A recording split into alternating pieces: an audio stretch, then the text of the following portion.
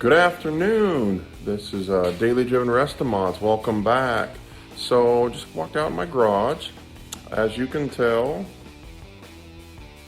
no car, no Camaro. Yes, my garage is a little messy, but that happens because I took a bunch of stuff off the Camaro, a bunch of stock stuff. You know, gas tank, a bunch of stuff on the front, accessories, the tranny. Yes, here's the tranny.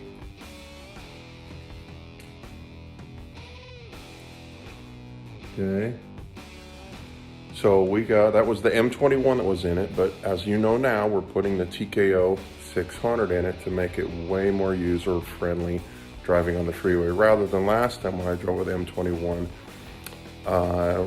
racking out about 4,000 RPMs on the freeway, doing about 70, so that's not going to be too good on the motor, can't do that. So that's why I made the decision to put the TKO 600 in.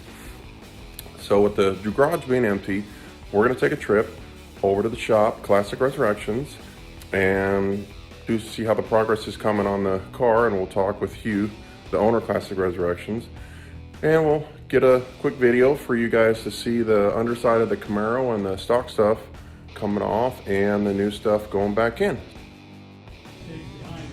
All right, guys, just got here to Classic Resurrections, and as you can see, just walking in, beautiful vet.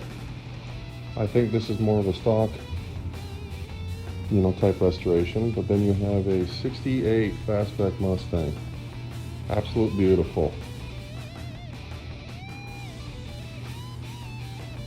And a small block, everything's getting redone on it. It's looking really, really nice. I don't know his wheel choices, but of course those aren't it. Those are mine, I just put them on for make it roller. This is Hugh, this is Classic Resurrection. Say hi to everybody. Hello. So we're gonna head back into the shop and look at the progress on the car and figure out what we got going on.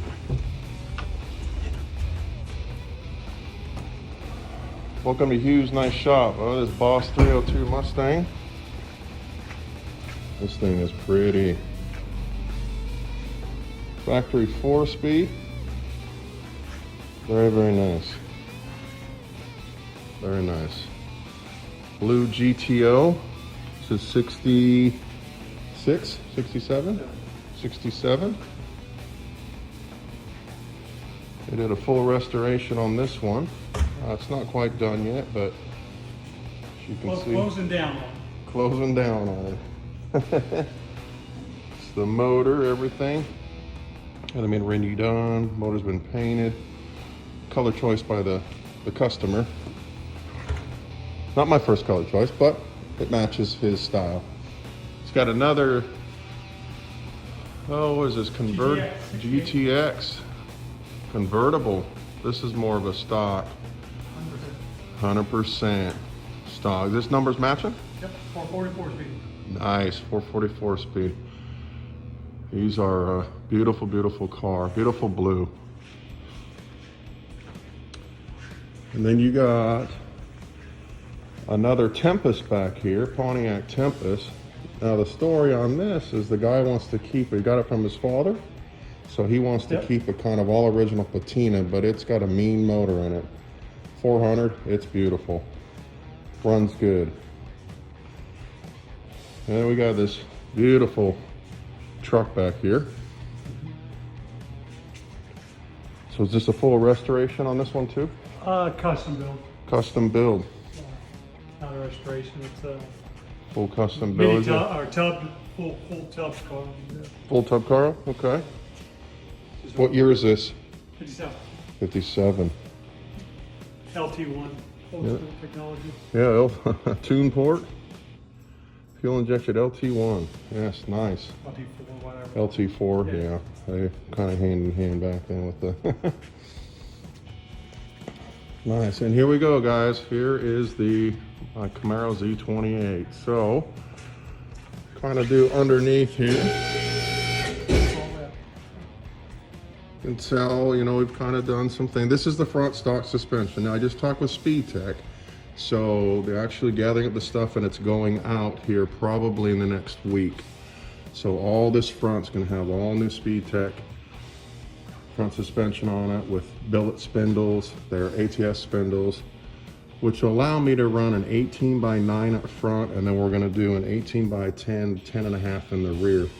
So I got some wheel choices. I'll have to let you guys comment, see what you guys like. So here we are.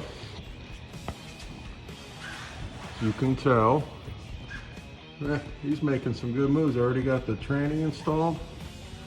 That's the new TKO 600. So he's got everything all lined up, new cross member. And you head your way back, you have these 12 bolt, 373 positive rear end that came with the car. And then it has multi-leaf in the rear. Now when I bought this car, Roland from Carroll Street Autos in New Hampshire put all this on for me. No extra charge. And I'll give you guys a link for him.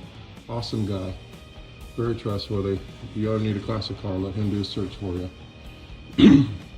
But as you can see, we're gonna take all this out, and then they're gonna install that rear torque arm.